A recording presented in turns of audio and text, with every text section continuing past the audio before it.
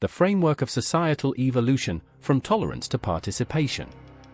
The progression from tolerance to mandated participation showcases the underlying system of incremental social engineering. This is a logical series of steps designed to shift societal behavior from passive allowance to active compliance. Tolerance as an initial stabilizer.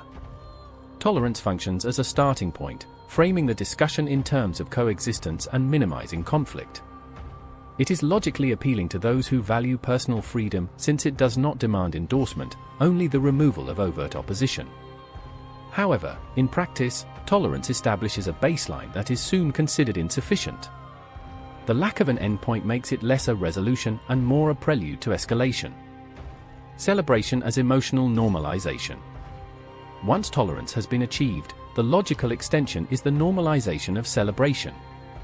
At this stage, society shifts from passive allowance to active endorsement, equating lack of celebration with subtle opposition.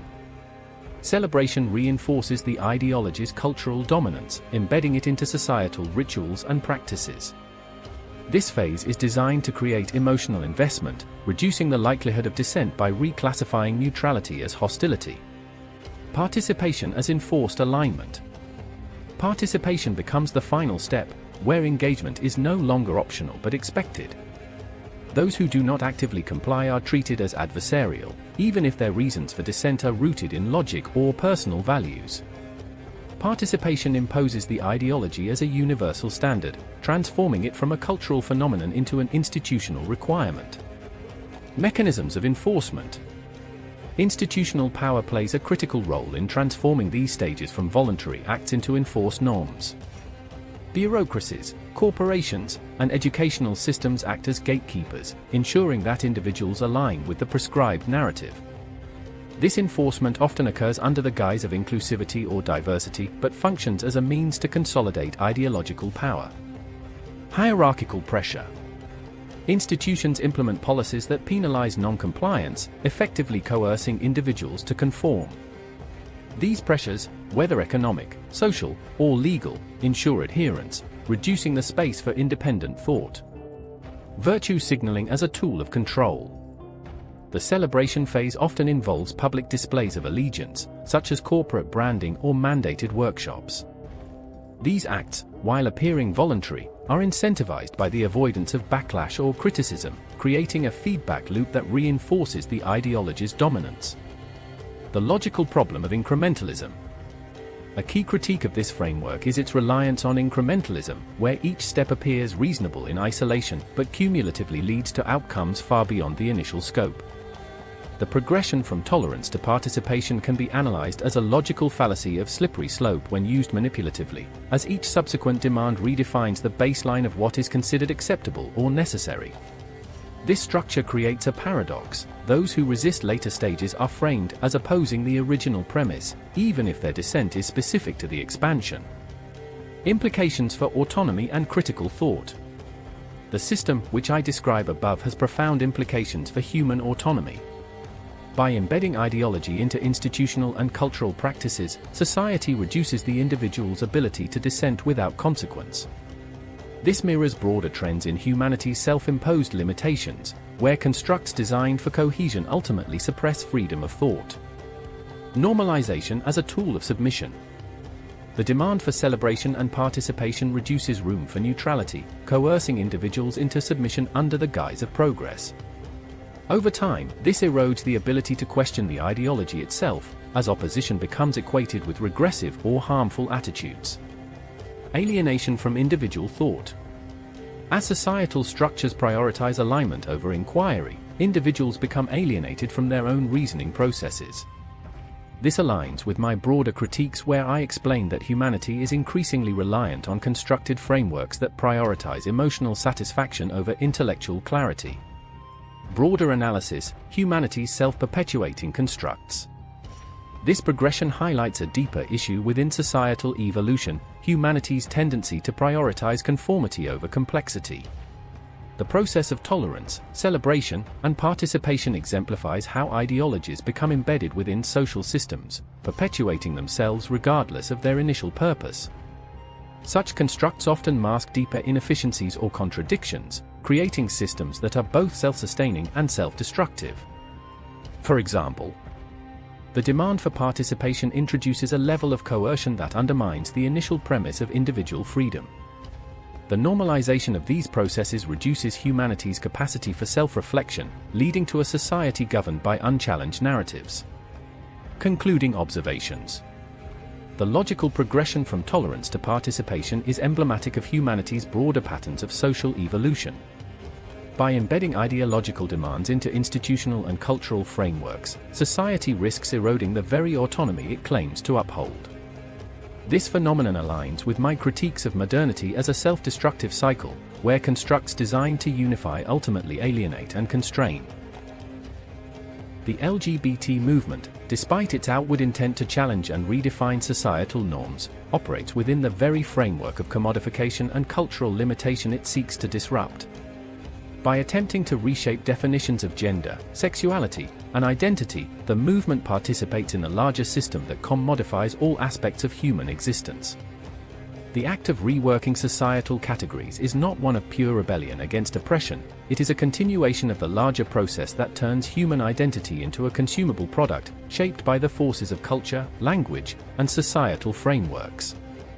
Every action within the LGBT movement, from advocating for new identities to demanding recognition within legal and social systems, relies on the use of language, an inherently commodified tool that shapes, limits, and frames how identities are understood. In attempting to introduce new identities, the movement engages with the very system it seeks to challenge. The introduction of labels like queer or gender fluid is not a transcendence of the existing system but an engagement with it. These new identities become part of the very network of commodification that society depends on to structure human relationships. By participating in these systems of categorization, the LGBT movement does not destroy them, it transforms them.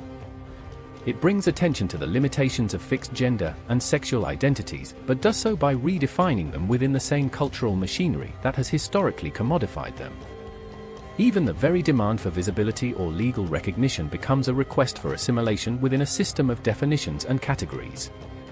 The movement's objectives, while aimed at achieving recognition and rights, must necessarily contend with the fact that the structure they seek to alter is the same structure that turns identity into a product for societal consumption. This reality reveals the inherent contradiction at the heart of the movement. In attempting to dismantle the societal norms that define gender and sexuality, it inadvertently participates in reinforcing the notion that identity can be categorized, bought, and sold. The movement's actions to reclaim power over identity in a commodified world are not the actions of liberation, they are the actions of individuals and groups reshaping a marketable product. As more identities and categories are created, they become further entangled in a larger system of societal commodification, where even rebellion is commodified and turned into a consumable form of protest. The movement's efforts may appear as a challenge to the status quo, but they are ultimately a reflection of society's ongoing drive to turn every human expression into a category to be managed, sold, and consumed. As each new category of identity is introduced, it becomes a tool that can be commodified by corporate and political interests, further eroding the potential for any authentic form of resistance. In this way, the LGBT movement, despite its intention to subvert the norms of gender and sexuality, plays an active role in reinforcing the very mechanisms that lead to society's dissolution through overcommodification and categorization.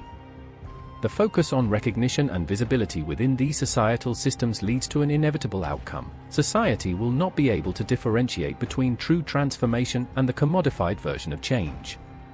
By continually reshaping identities, the movement ultimately reinforces the very act of commodification, turning what was once a subversive effort into another tool for societal consumption. The demand for inclusion within the cultural and legal systems means that the movement, by default, becomes part of the system it claims to be resisting. Thus, the LGBT movement's efforts to redefine and reshape identity become part of the broader social trend of reducing human existence to a product. While it may succeed in challenging traditional gender roles and sexual norms, it also highlights the extent to which all human expression is inevitably commodified within a society that refuses to accept nonconformity in its purest form.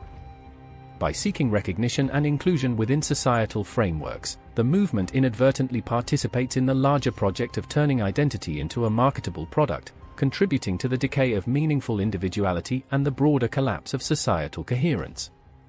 The LGBT movement is not an isolated phenomenon, it is a manifestation of the larger societal process of commodification that treats every aspect of human existence as something to be bought, sold, and consumed.